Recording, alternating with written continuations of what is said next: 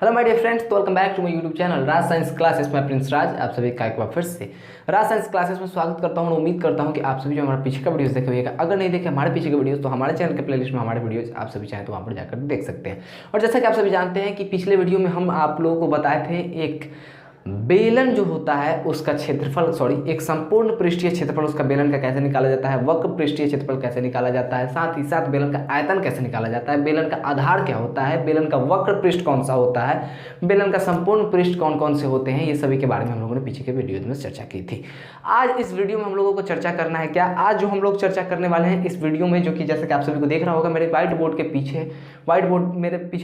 पे लिखा हुआ है सर्कल, यानी कि वृत्त के बारे में चर्चा करेंगे कि वृत्त होता क्या है। चलिए वीडियो को ज़्यादा लंबा ना करते हुए चलते हैं वीडियो की ओर। तो वीडियो को ज़्यादा लंबा ना करते हुए चलते हैं। क्या बोल रहा है क्या कि देखिए वृत्त कुछ इस टाइप का होता है। क्या होता है? गोल वृत्त है, उतना अच्छा से नहीं हो पाया हमको।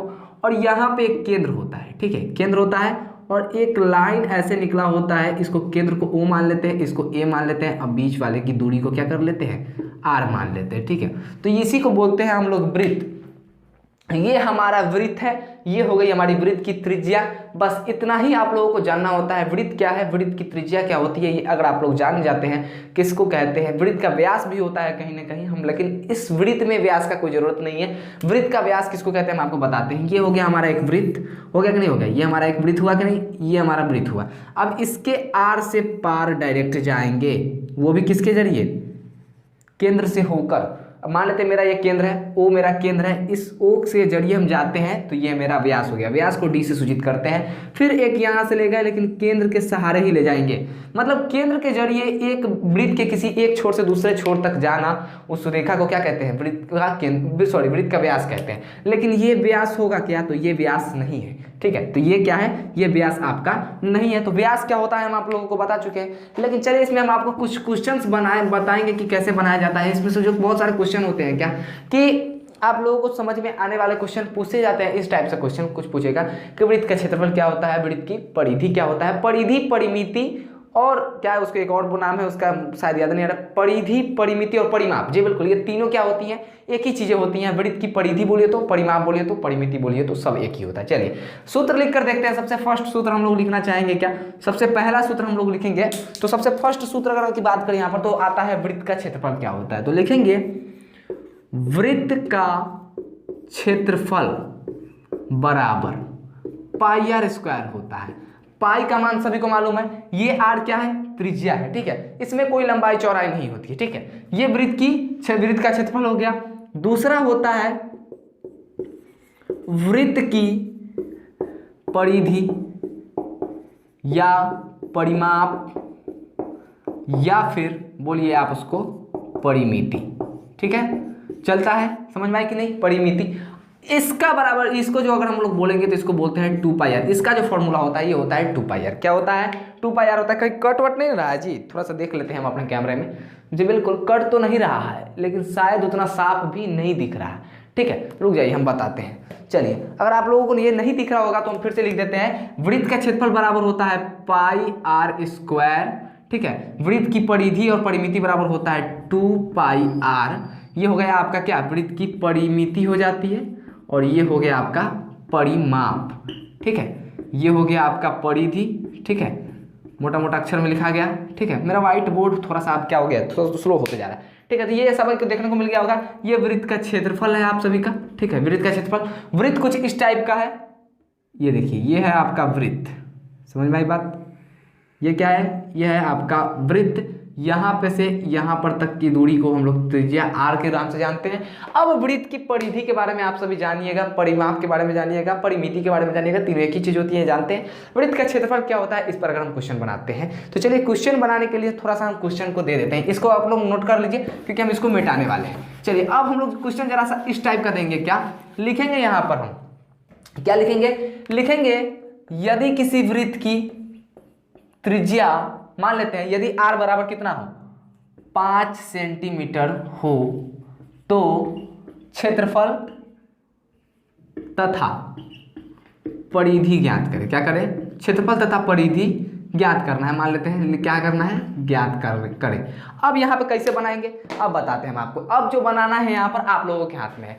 सीधे लिखेंगे क्या, पहले वही जो बताए हुए थे बात, दिया गया है, क्या लिखेंगे, दिया गया है। अब दिया गया क्या है, दिया गया है वृत्त की त्रिज्या, लिख सकते हैं त्रिज्या r बराबर, त्रिज्या ब्रैकेट में r कर दीजिए बराबर कितना, 5 सेंटीमीटर।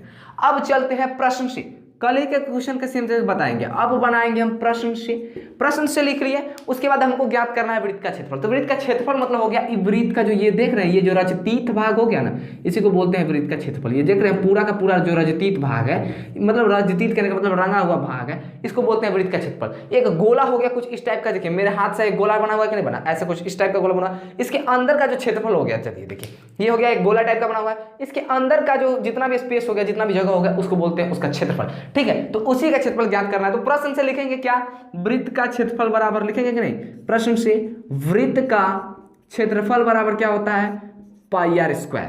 पाई का मान आप सभी जानते हैं, यहां पर पाई का मान रख देते हैं। ठीक है, पाई का मान यहां पर रखते हैं 22/7 गुने आर स्क्वायर का मान यहां पर रखते हैं क्या, 25 हो गया, 5 आर के स्क्वायर का मान रखिए यहाँ पे 5 स्क्वायर इंटू 5 स्क्वायर। ठीक है, अब चाहे तो आपका यहाँ पे दशमलव में भी बैठा सकते हैं, लेकिन यहाँ पर बेस्ट होगा हम पाई के रूप में ही लेके चलेंगे, ज़्यादा झोलझाल नहीं करना। ऑब्जेक्टिव में रहेगा तो आप लोग पाई के में लिख दीजिएगा तो कोई दिक्कत नहीं।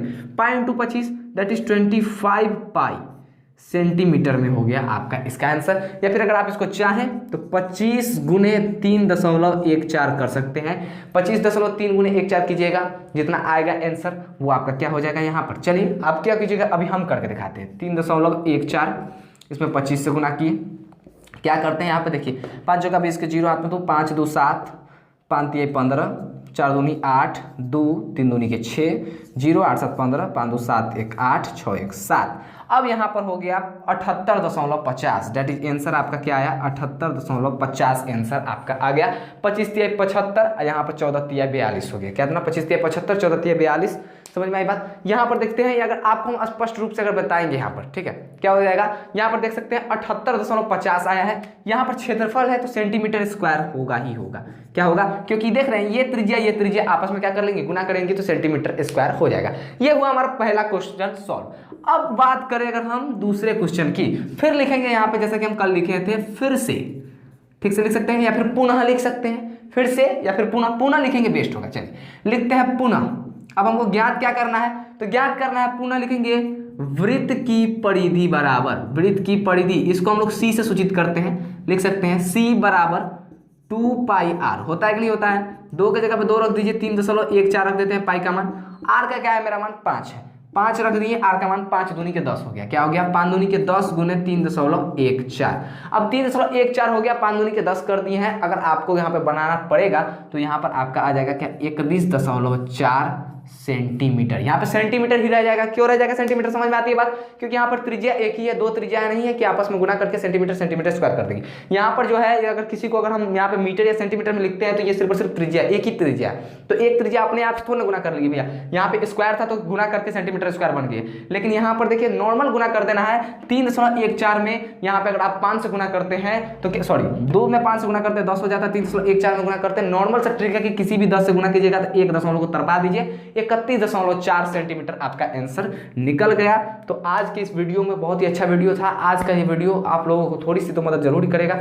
आज के इस वीडियो में बस इतना ही, मैं प्रिंस राज विदा लेता हूँ, फिर मिलूंगा एक नए वीडियो में एक नए जोश के साथ, तब तक के लिए जय हिंद जय भारत।